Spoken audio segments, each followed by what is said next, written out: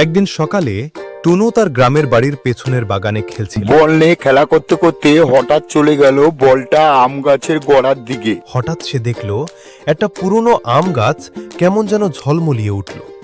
টুনু ভয় খেয়ে থতমত হয়ে থমকে চিন্তাধারা করতে লাগলো। কিছুক্ষণ চিন্তাধারা করার পর টুনু বলল, এই আম গাছটা এত ঝলমল করছে কেন? কিছু তো ব্যাপার আছে। কি হয়েছে আম গাছে? আগে তো আম গাছ এরকম কোনোদিন দেখি। এদিকে টুনু বেশ কিছুক্ষণ চিন্তায় পড়ে গেল। কিছুক্ষণ চিন্তাধারা করার পর আম গাছ থেকে একটা আওয়াজ আসছে। টুনু, আমাকে একটু পানি দাও, আমি খুব তৃষ্ণার্ত। অনেকদিন আমি পানি খাইনি, আর আমাকে কেউ পানি দিতে আসেওনি। তুমি একটু পানি দাও আমাকে টুনু। টুনু চুপচাপ অবাক হয়ে দাঁড়িয়ে টুনু চারিদিকে তাকালো, কেউ কোথাও নেই। টুনু অবাক হয়ে সে আবার আম গাছটার দিকে তাকালো। টুনু তাকিয়ে আম গাছকে জিজ্ঞাসা করল, তুমি কি আমার সাথে কথা বলছো? তুমি কি আমাকে কথাগুলো বললে? আমি তো বুঝতে পারছি না। তুমি কথা বলছো না, কে কথা বলছে? আমার খুব ভয় করছে। হ্যাঁ টুনু, আমি কথা বলছি, তুমি ভয় পেও না। হ্যাঁ টুনু, আমি এই বাগানের সবচেয়ে পুরনো গাছ। অনেক দিন ধরে কেউ আমাকে পানি দেয় না, আর আমাকে যত্ন তো দূরের কথা, কেউ দেখতে আসেনি। তাই টুনু, তুমি আমার কাছে এসেছো বলে তাই তোমাকে বলছি, একটু পানি দাও টুনু, আমার গলাটা যে শুকিয়ে যাচ্ছে। আম গাছের কথা শুনে টুনুর মনটা খারাপ হয়ে গেল। মন খারাপ করে চিন্তাধারা করা পর সে দৌড়ে গেল বাড়িতে।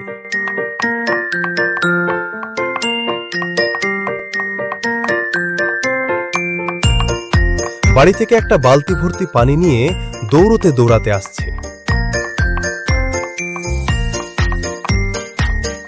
টুনু দৌড়ে এসে পানি ভর্তি বালতি নিয়ে গাছের গোড়ায় আস্তে আস্তে ঢালতে লাগল।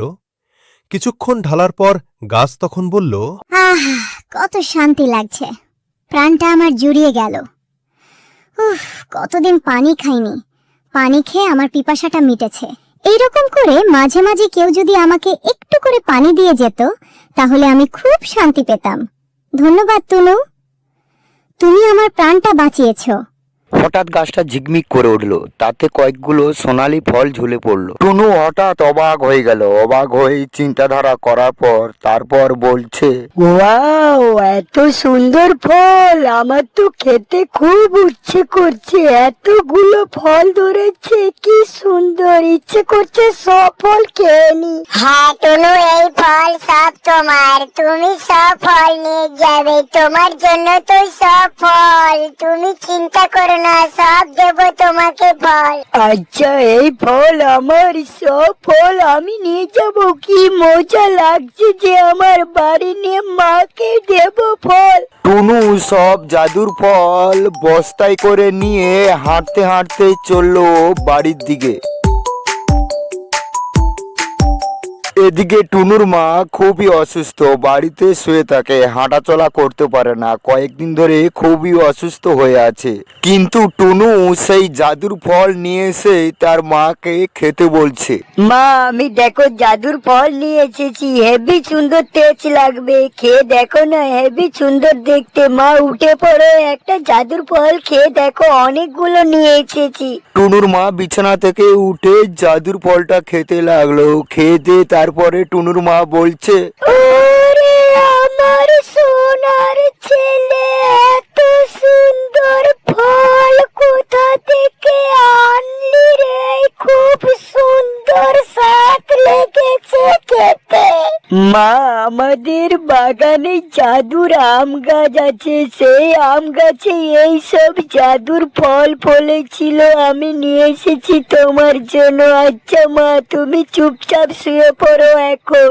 এদিকে টুনুর মা জাদুর ফল খেতেই শরীর সুস্থ হয়ে গেল। বাড়ি থেকে বেরোচ্ছে টুকটুক করে। এদিকে পাড়ার লোকও দেখে দৌড়ে আসছে টুনুর মাকে দেখবে বলে। আরে দিদিমা, তুমি তো কয়েকদিন ধরে বিছানা থেকে উঠতে পারছিলে না, এখন তুমি হঠাৎ কি করে সুস্থ হয়ে গেলে গো দিদিমা? তুমি সুস্থ হয়ে যেতে আমরা কত খুশি, তোমাকে দেখতে এলাম। আরে তোমরা শোনো, আমি জানি না আমার টুনু ছেলে কোথা থেকে জাদুর ফল নিয়ে সেই খাবাতে আমি সুস্থ হয়ে গেলাম। যা হোক দিদি, তুমি সুস্থ হয়েছো দেখে আমরা কত খুশি হয়েছি। তুমি অসুস্থ ছিলে, আমাদের মন খারাপ লাগছিল, যেহেতু তুমি আমাদের পাড়ার একজন।